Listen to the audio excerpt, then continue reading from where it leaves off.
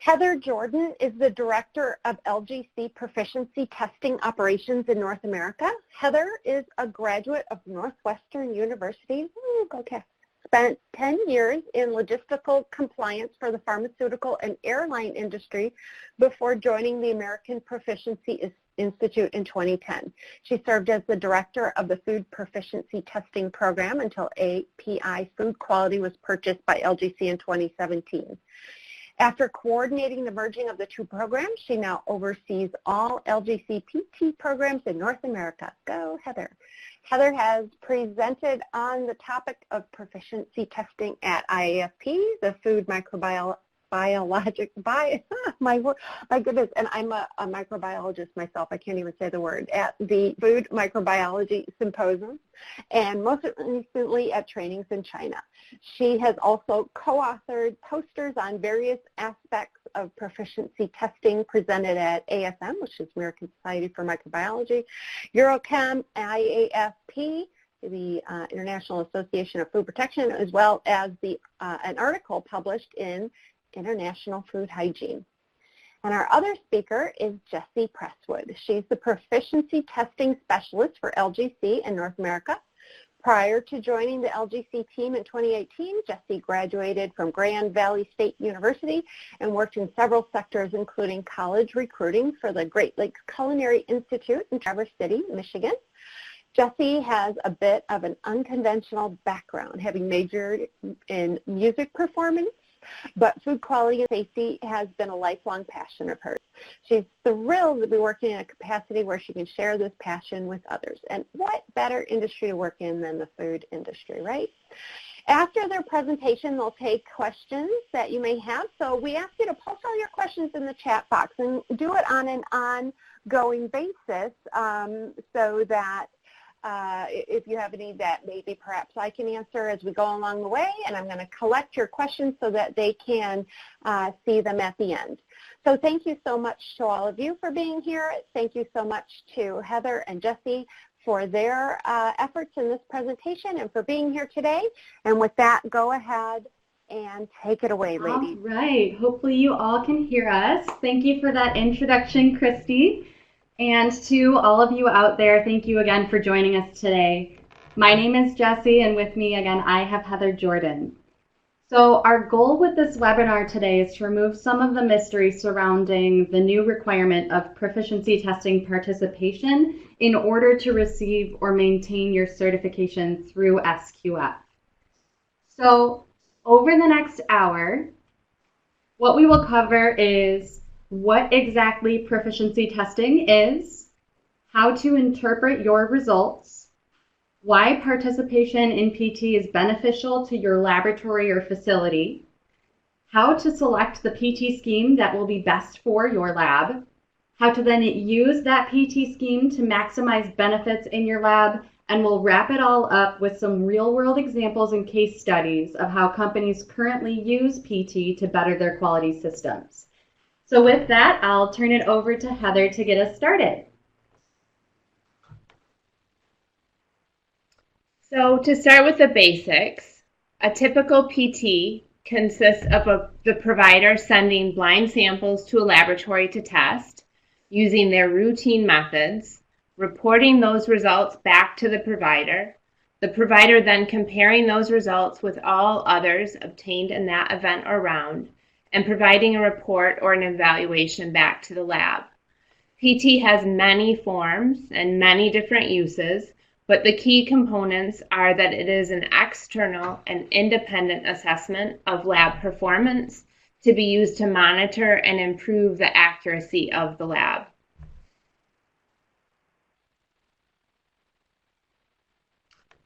So before I discuss this slide, I want to illustrate the term fit for purpose because we're going to be using it frequently. Imagine you're in a large room and you're tasked with measuring the room. In the first scenario, you're measuring to determine how many chairs will fit for an upcoming presentation. How accurate do you need to be in that circumstance? In the second scenario, you're measuring the room to determine how much carpeting is needed to install wall-to-wall floor covering. How accurate do you need to be in that circumstances? If you're short by 6 inches, does it matter differently in each case? It is different for the two situations, and fit for purpose, I hope that illustrates fit for purpose because it will guide many things that we talk about today and should guide many things in your laboratory. So how you choose different reference materials, how you choose your PT, how often you choose your PT, etc.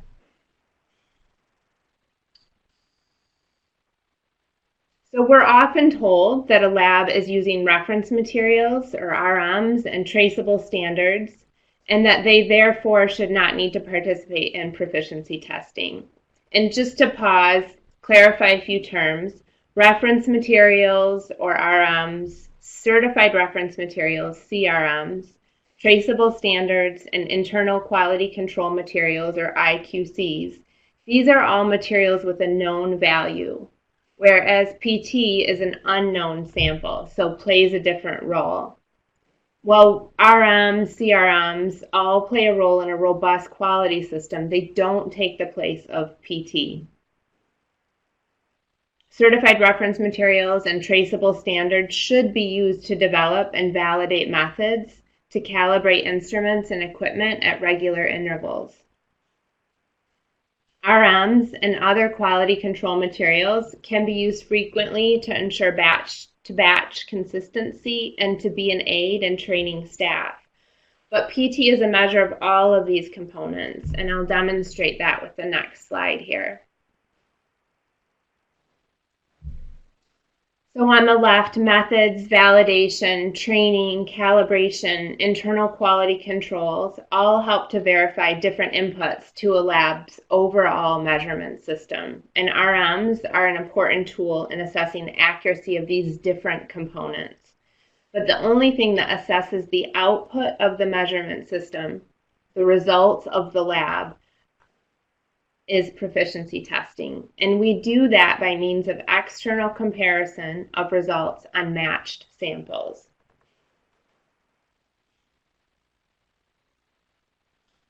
So PT in its truest form should be a snapshot of a lab's performance on any given day. So the participant should be the lab as an entity. But PT is also a great tool to assess and improve the performance of individual technicians. The feedback can be used to improve lab and technician performance and to increase everyone's confidence.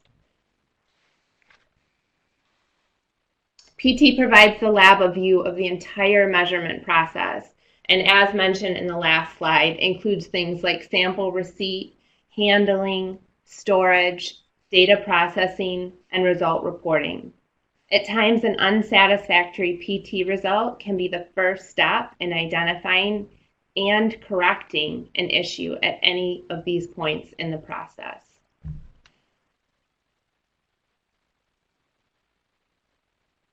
PT can be used as a tool only to fulfill requirements for accreditation or certification, but used well, it can also deliver a variety of benefits, which Jessie will continue discussing in more depth in just a few minutes.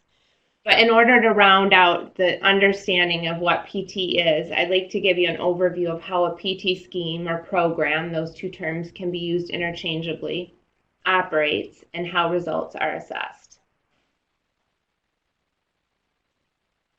So starting at the top and moving in a clockwise direction, we as a PT provider will begin the process of developing a PT.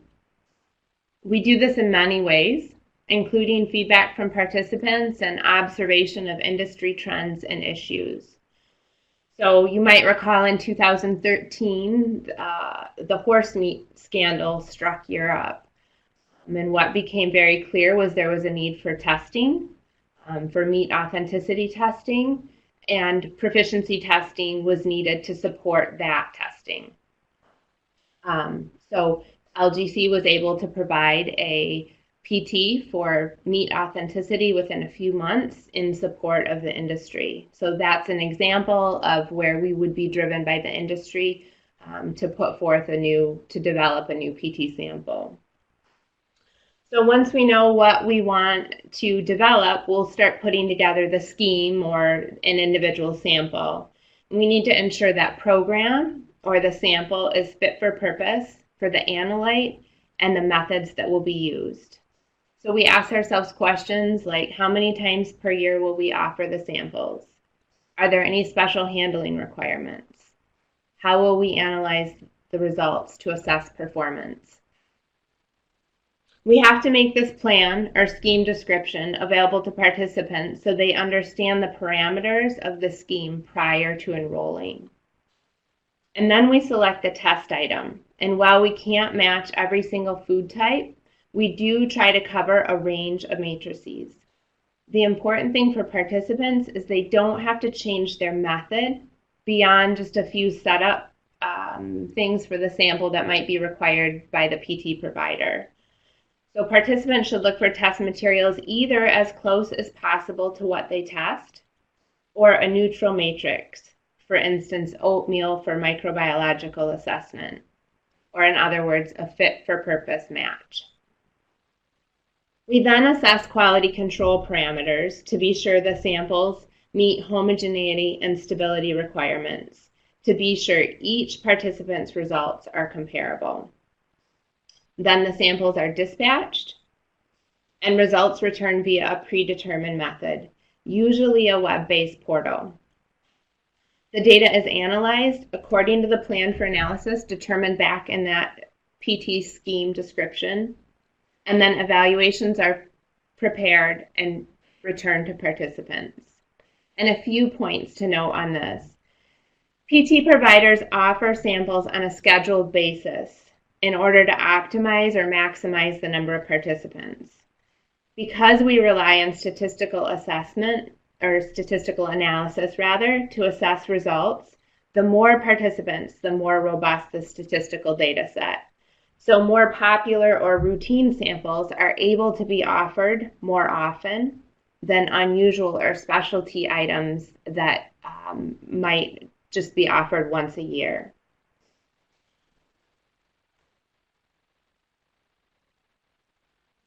So just like many of you certify to SQF, and that certification indicates you follow or meet a set of standards, PT providers do this as well.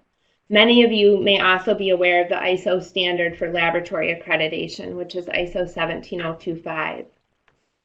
Our standard as a PT provider is ISO 17043, which then relies on ISO 13528 to guide our statistical process. And you don't have to remember all of these numbers or the exact standards, except to know that we do meet a certain set of standards and that you should look for providers that do that as well. Like ISO 17025 accredited labs, PT providers also have a scope of accreditation. And while most PT providers run all schemes under the same processes, newer samples often have to be proven with a round or two of data and a sufficient number of participants to be added to the scope. So when you're considering a PT provider, it is important to find one that's accredited to ISO 17043, and it is important to review their scope to ensure it covers the disciplines of interest to you and the majority of your targeted analytes.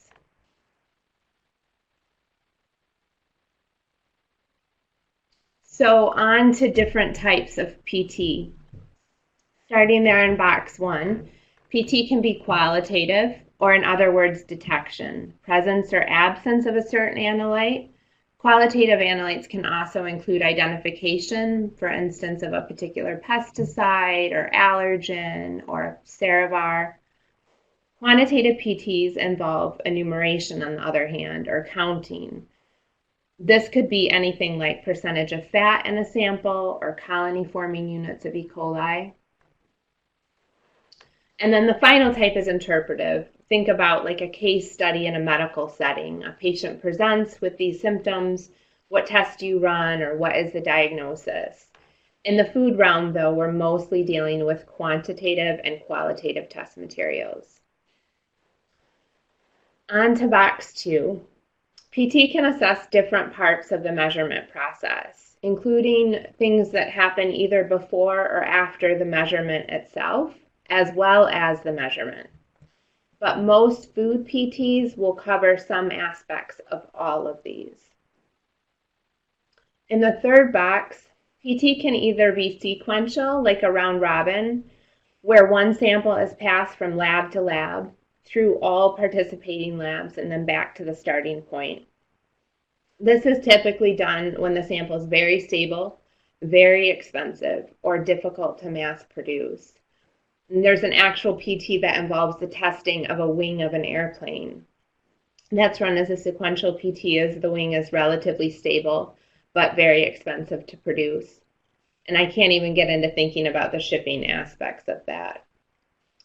Simultaneous PT is far more typical.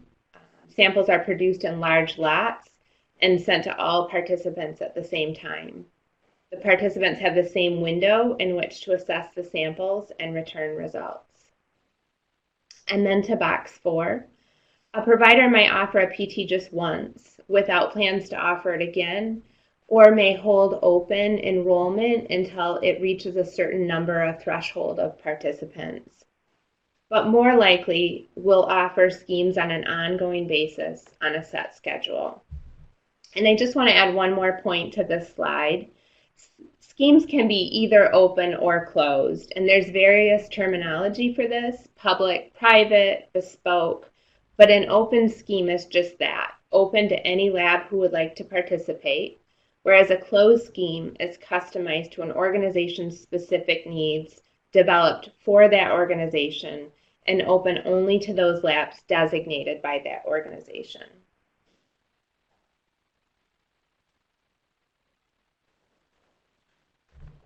So we've covered an overview of what PT is and how a scheme operates, and also have in the process started to cover some of the benefits or reasons for PT participation.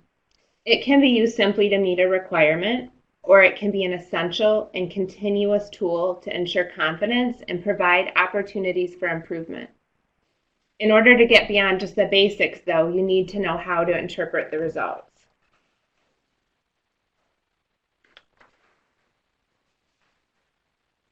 And I will keep this very high level, although we'll dive into more thorough uses of PT assessment later in the presentation. I will touch on some statistics, so prepare yourself for that.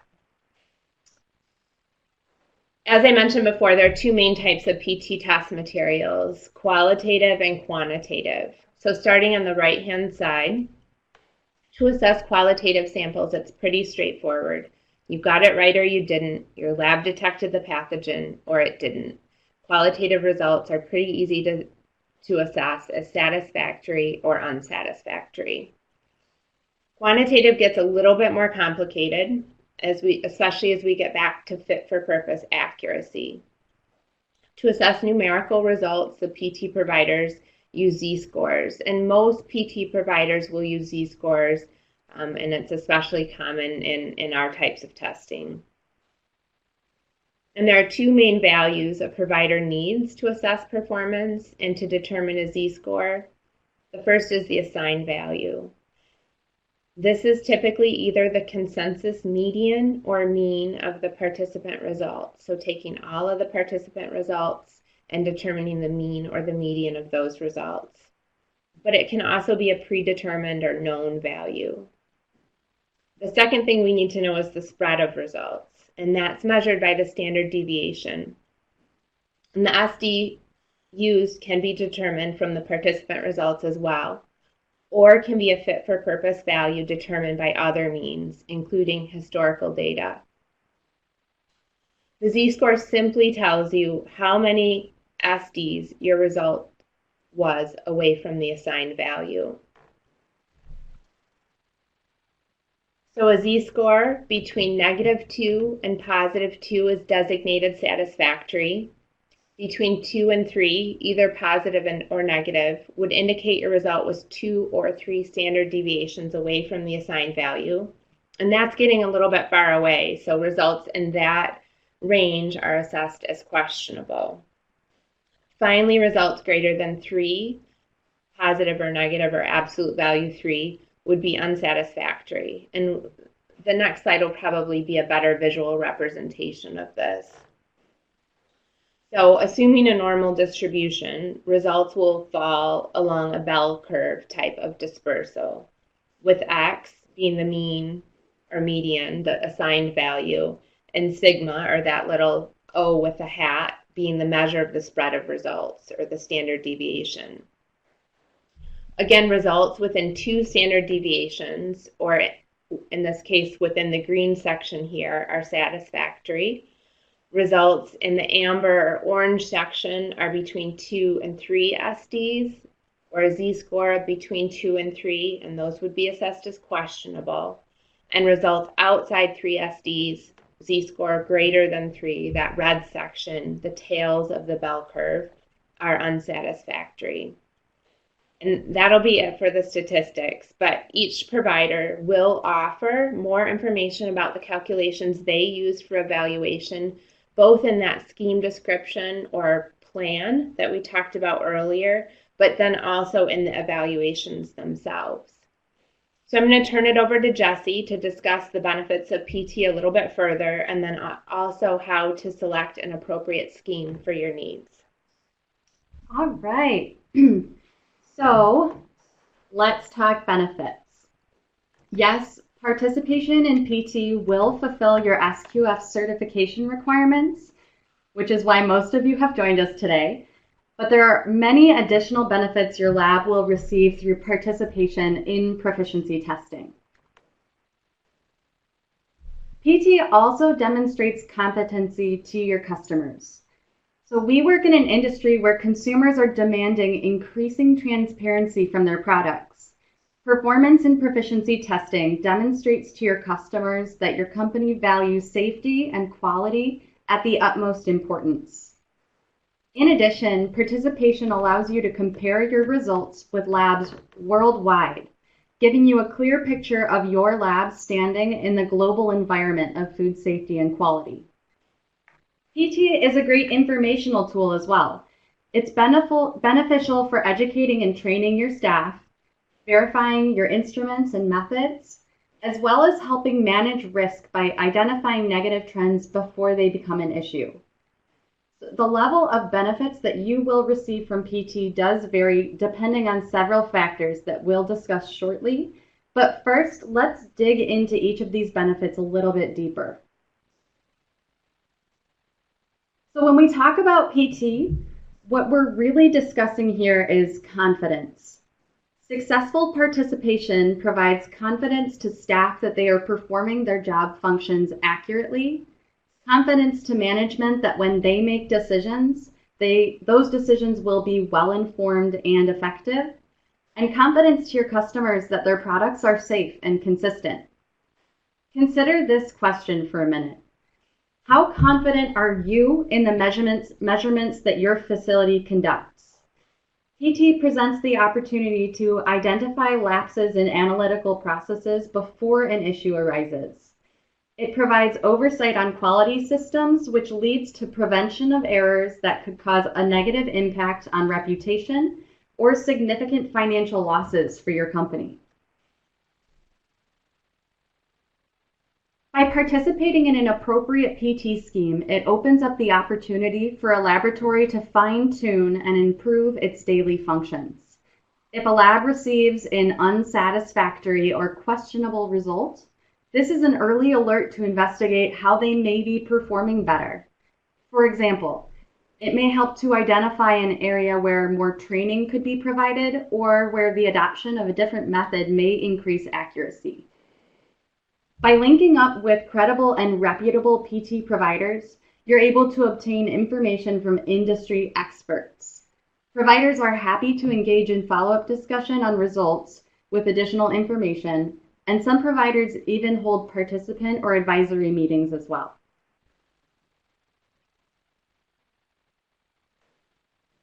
Most facilities have multiple technicians that are responsible for analysis.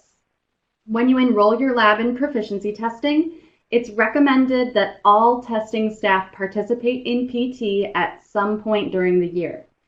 This facilitates management's evaluation of levels of understanding across all of their analysts. and easy identification of areas where more training would be beneficial. Depending on your preferences, a side-by-side comparison of all analysts can be conducted if they're enrolled in the same round, or analysts can be staggered throughout the year, providing revolving feedback on performance. In addition to providing easy oversight for management, PT provides a significant education opportunity to analysts by allowing them to encounter scenarios that may not be common in their daily tasks, such as atypical strains for microbiology or out-of-spec levels for chemistry.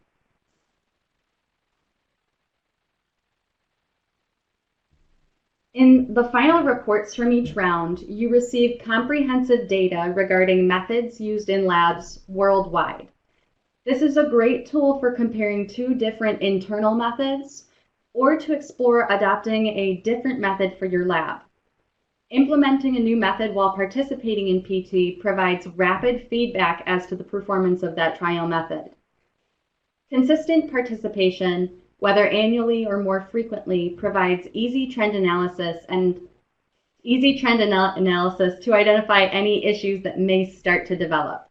We're going to take a look at a visual representation of this shortly to really exemplify what that looks like. PT also provides the capability for larger food and beverage brands to have confidence in their suppliers' capabilities by reviewing their PT scores. This manages risk of relying on external facilities for your company's reputation and quality.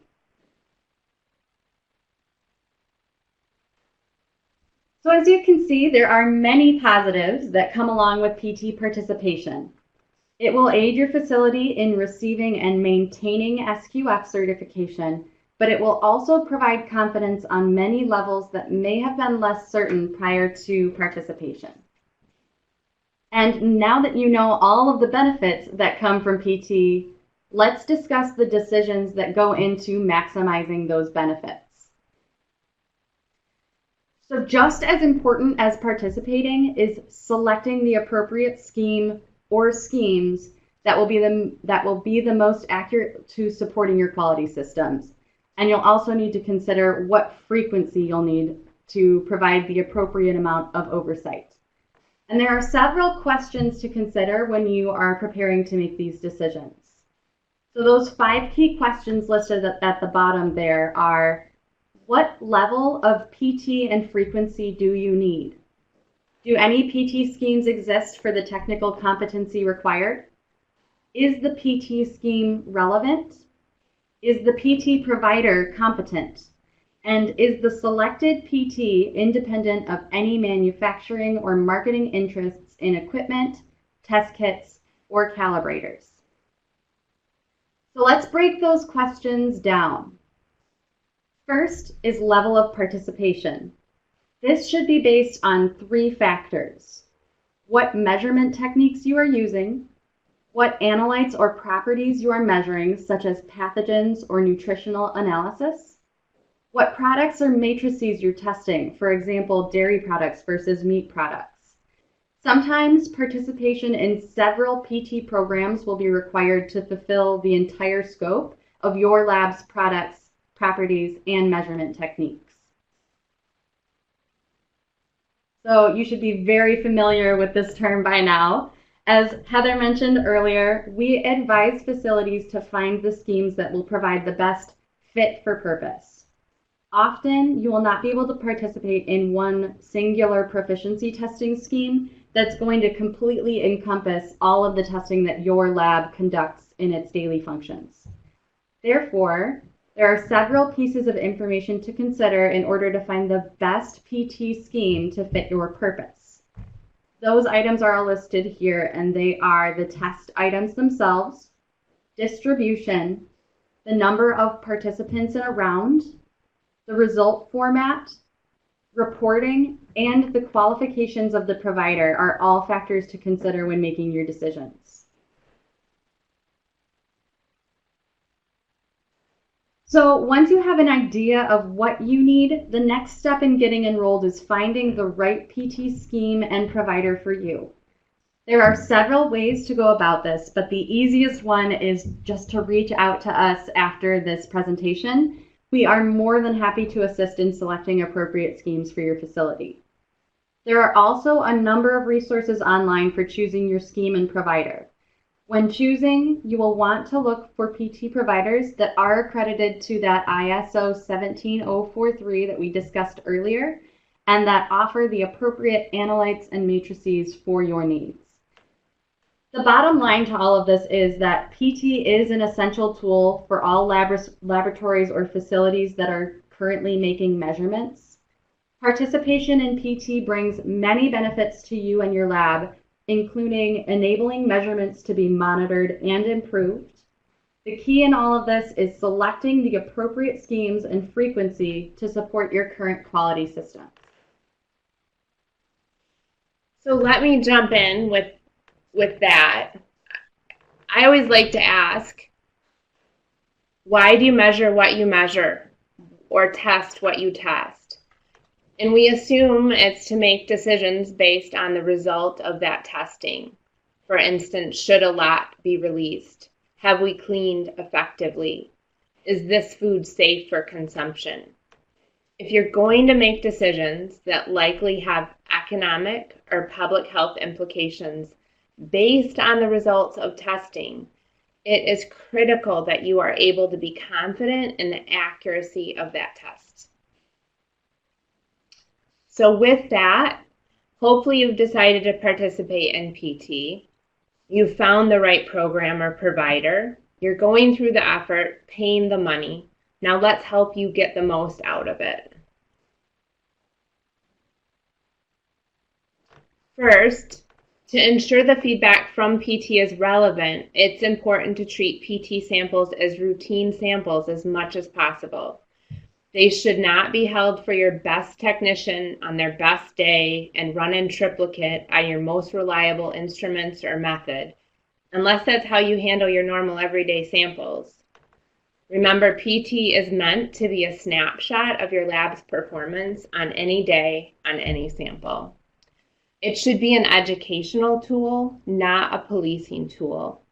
The point of participation is to get regular feedback so corrections and improvements can be made. This information is valuable. Not knowing that something isn't working isn't really responsible business management. So here's a great tool to help you know. Use the exercise and the information received in a positive and constructive manner. So I'll guide you through how to review your results. First, as is usually helpful, take a look from a 10,000-foot view. Look at the graphs and tables made available by your provider and see where your results fall in relation to other results.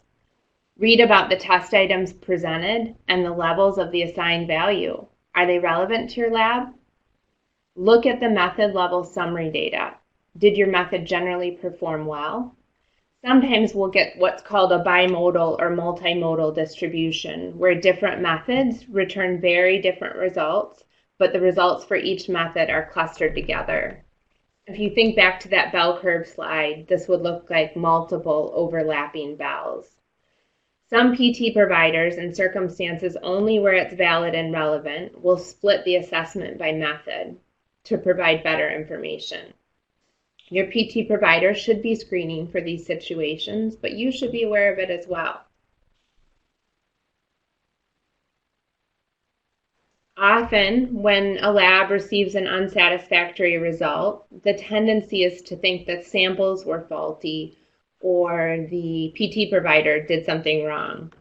The best way to quickly dispel that is to look at the overall performance.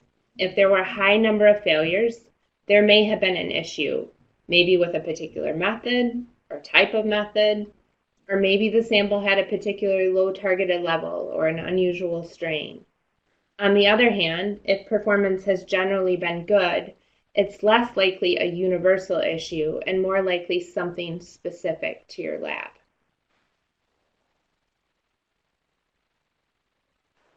Other things to consider: how many participants returned results? Again, the larger the data pool, particularly for quantitative analytes, the more robust the statistics. Also look for commentary by the PT provider. So we'll often comment either on the samples, the contents of the samples, or the performance, or if there are any anomalies, we'll often provide more information. And then finally, consider how your lab has been trending.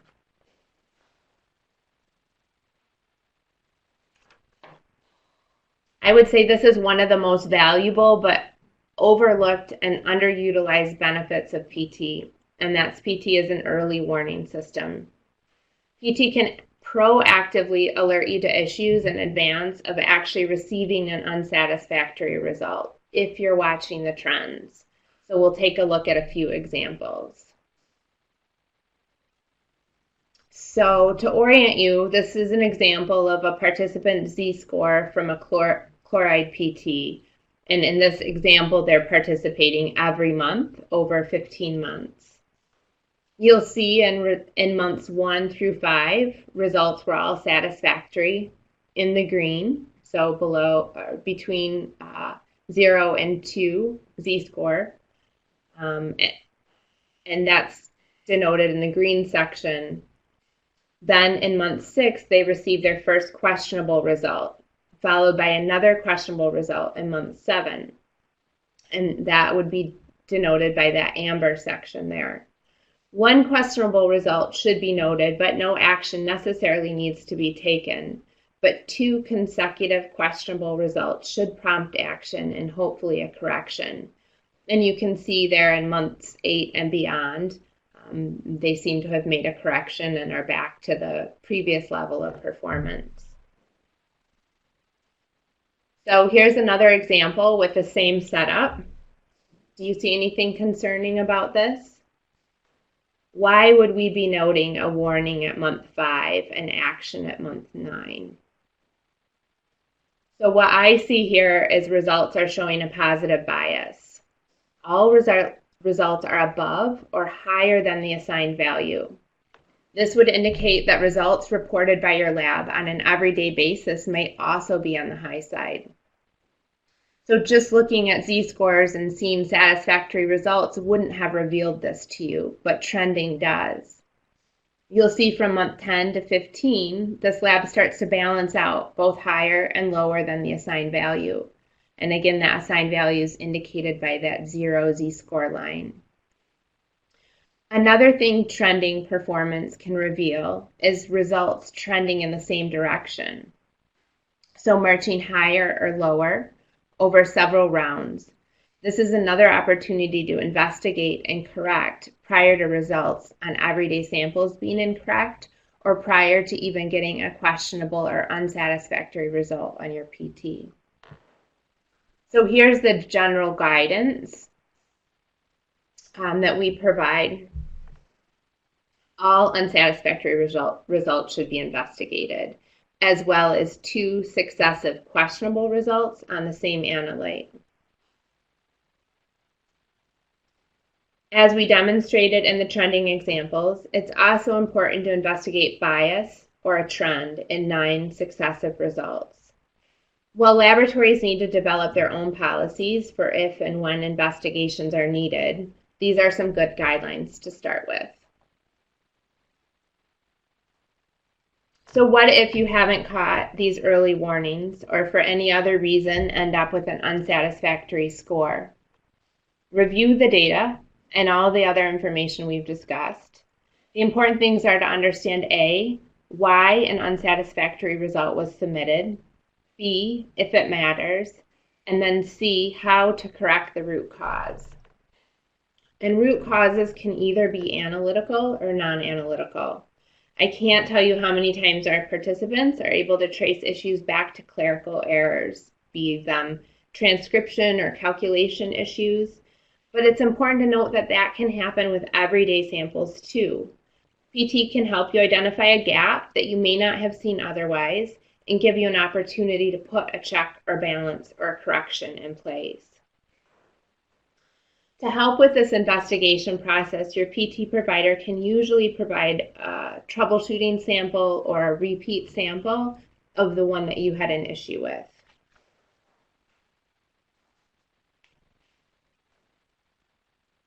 Once the root cause is determined, a correction likely needs to be implemented.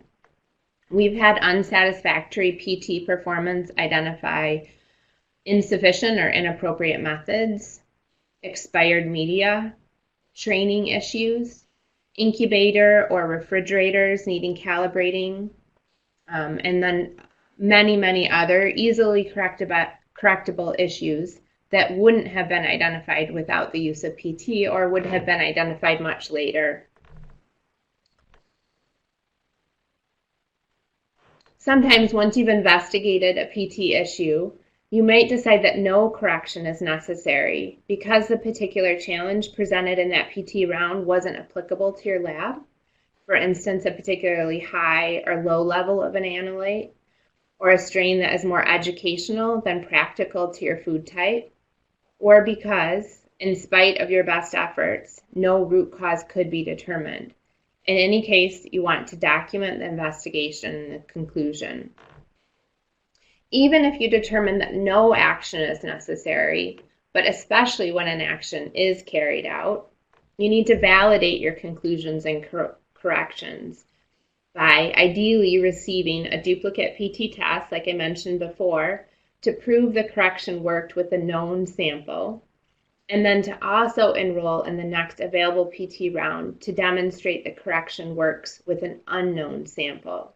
And as always, you want to document these activities and the outcomes of the exercises.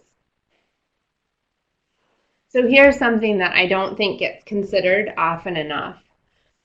Just like with the discovery that an instrument is out of calibration, when investigating an unsatisfactory PT result, you'll need to consider all routine lab results for the same analyte back to your last successful PT, meaning when did the issue first occur?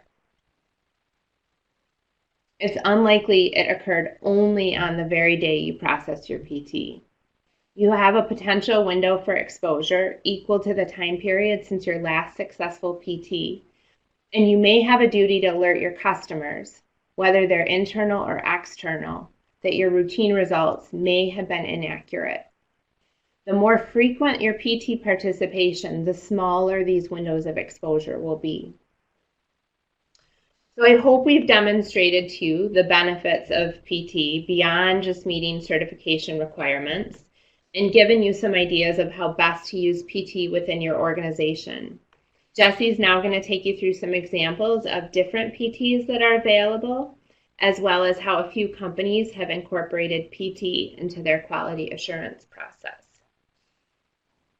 Yeah, so I'm already seeing some questions regarding specific schemes, and this should be able to help with that. So before we get to answering some of your specific questions, I'm going to take a little bit of time to just go over some of the types of samples that are available, as well as looking at a few case studies of real-life companies that have put PT to work for them.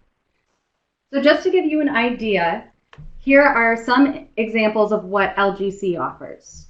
We'll briefly look at those offerings that are most beneficial to those certifying through SQF, so namely our food and feed, beverage, and water and environment schemes. However, there are several other schemes you may want to investigate. Through our consumer safety PTs, we offer samples for personal care products like toothpaste and lotions, as well as BPA testing for food packaging. And just recently, we had a large candy company come to us with a request for a toy test that had to do with their packaging. So sometimes you have to think outside of the box and really know that any kind of testing that your lab is doing, there should be a PT for it. It all comes back to that idea of finding the best fit for purpose.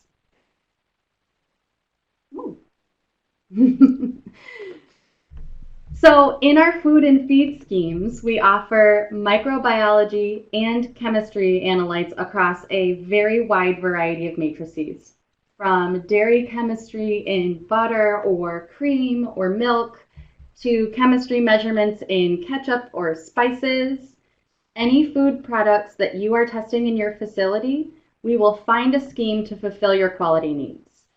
The schemes listed here are all what we refer to as those open schemes, as Heather went over earlier. This means that they are open to participation from any lab wishing to enroll.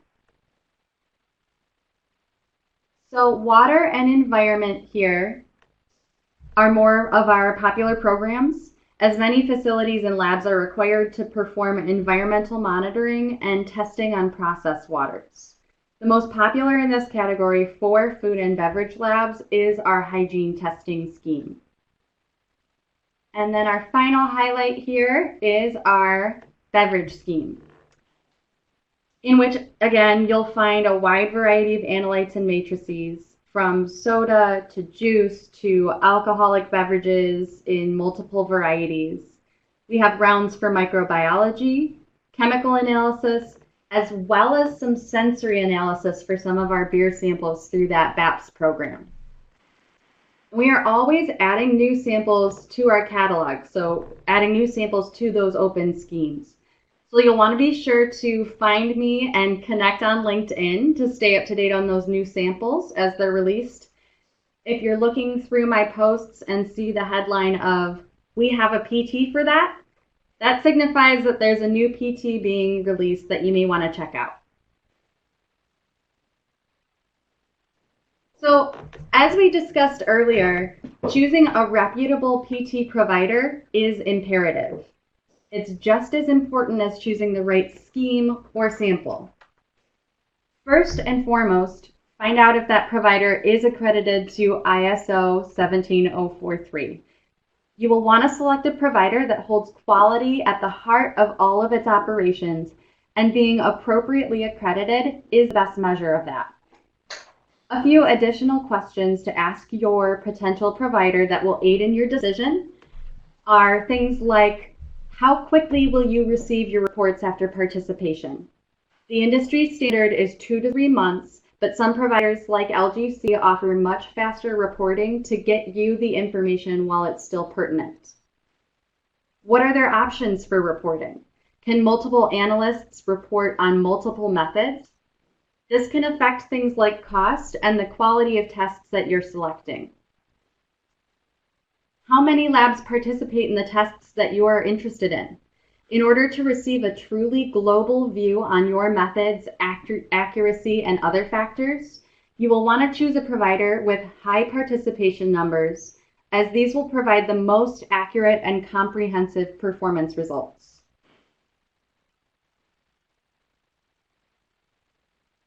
If your company has several sites around the world, if you're managing a bunch of different locations, another factor you will want to consider is the level of customer service a provider can give you.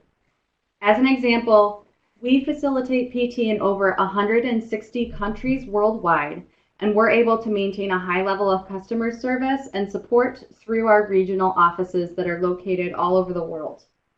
When a lab is trying to submit their results the day they're due, it's important that they don't have to wait for someone to answer the phone who speaks maybe a different language than they do or is located 5 time zones away from that lab. Also, look for comprehensive catalogs from your provider. It can become difficult operationally trying to organize testing through several providers to cover the scope of all of the testing that you do.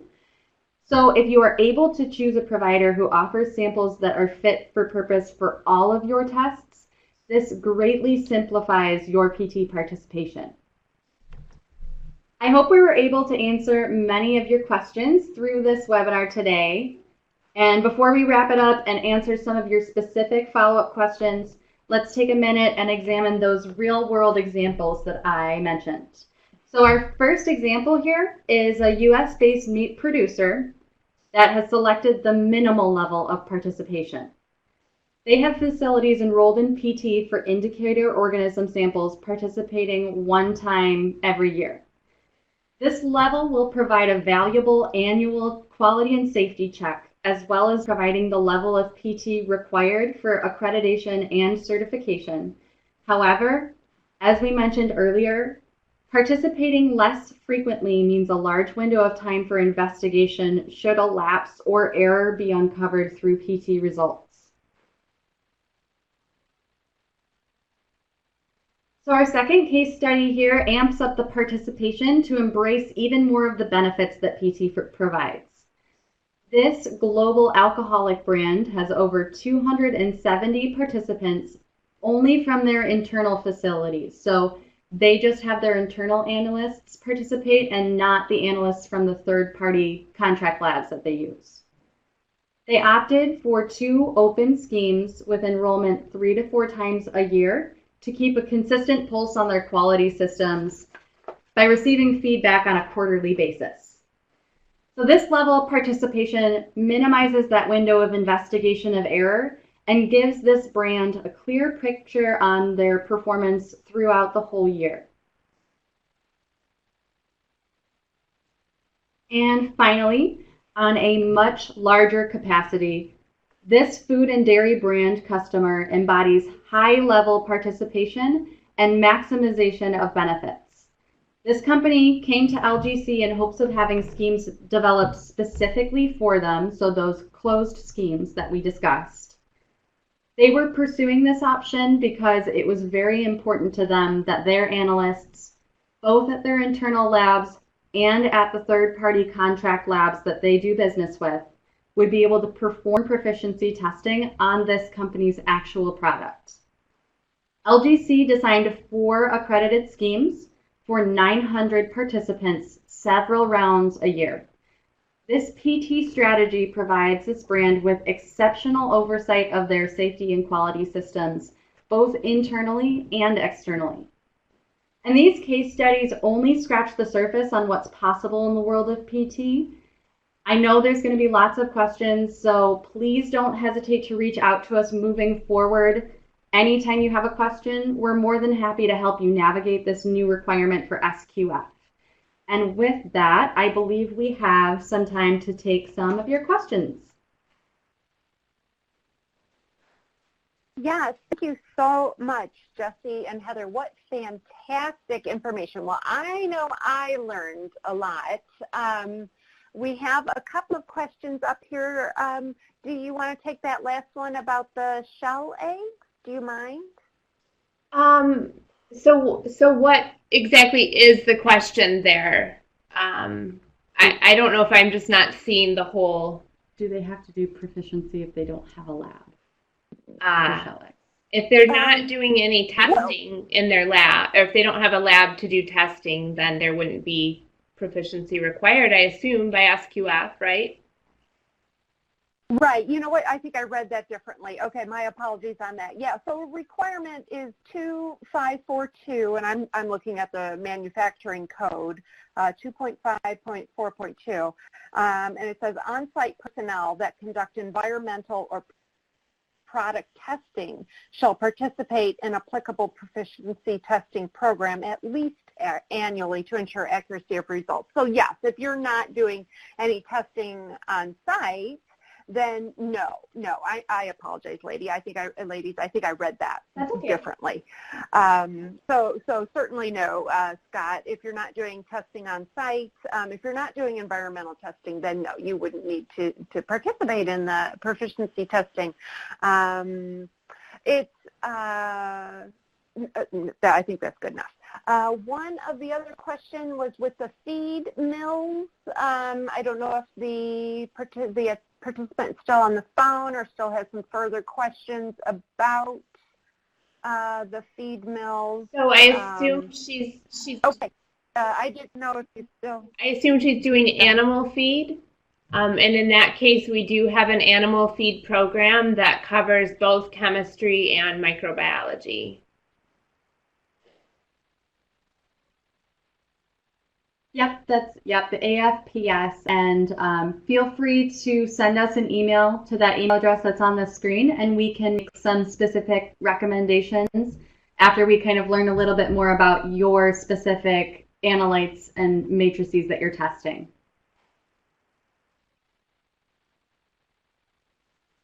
Well, it looks like we have a couple of questions being typed in. Here's my little naive question that I had. So you've talked a bit about how people can participate with global participants. I don't have the right language. What is the benefits of participating with people, say, outside your own country? I think I was just worried about variation in regulations and say growing practices or manufacturing practices. Maybe you can explain a little bit. What's the benefit of participating globally? Certainly, just to get a comparison, ideally, any method should give us a similar and accurate result. So it shouldn't matter if a different country uses a slightly different method. If we're all measuring the same thing, we should be able to come up with a pretty darn close, or at least a fit-for-purpose comparable answer. I see what you're saying. Yes. Okay. And it depends upon what's being tested. I guess I didn't consider that. Yeah. Okay. Yeah. Thanks. And so a global program just opens it up to more participants and more data. Exactly. I think that's good. And then too, if you are exporting, then you probably wouldn't want to have that global approach. Yeah. Exactly. All right, I see a couple other questions. What if my PT program testing matrix is different than my regular testing matrix? I would assume you'd want those similar, but maybe you can offer some insight. Sure, it goes back to fit for purpose. So how much are you having to change or alter the method you would normally be doing in your lab to be testing on the mashed potatoes? And is there a program out there that might fit your requirements better, or might be a better fit to how your lab, what you're testing in your lab? So this equipment swabs, that's something that is contained in our hygiene program that Jessie mentioned. And that would likely be a closer match than mashed potatoes, but there's a lot of factors that we went over that kind of guide how you choose a proficiency testing program. But I would hope that you could get a better match than what you have right now.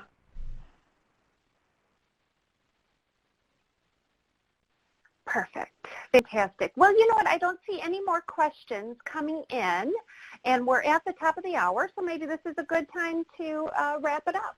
I'd like to thank Jessie and Heather one more time for this fascinating presentation, very informative. We will have this up on our SQFI YouTube channel to review very shortly.